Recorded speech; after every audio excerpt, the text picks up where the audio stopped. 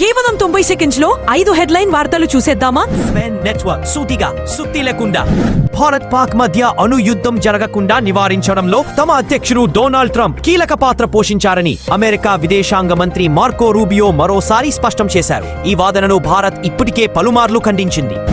ఎన్నికల సంఘాన్ని ఏమీ అనడానికి వీలు లేకుండా కేంద్రం 2023లో ఓ చట్టాన్ని తీసుకువచ్చిందని, ప్రధాని మోదీ అమిత్ షాలకు ఈసీ సహాయం చేస్తుందని ఎలా చేసిందని కాంగ్రెస్ పార్టీ అగ్రనేత రాహుల్ గాంధీ ఆరోపించారు. ఎన్నికల సంఘం మీడియా సమావేశం నిర్వహించిన అనంతరం రాహుల్ గాంధీ ఈ వ్యాఖ్యలు చేశారు.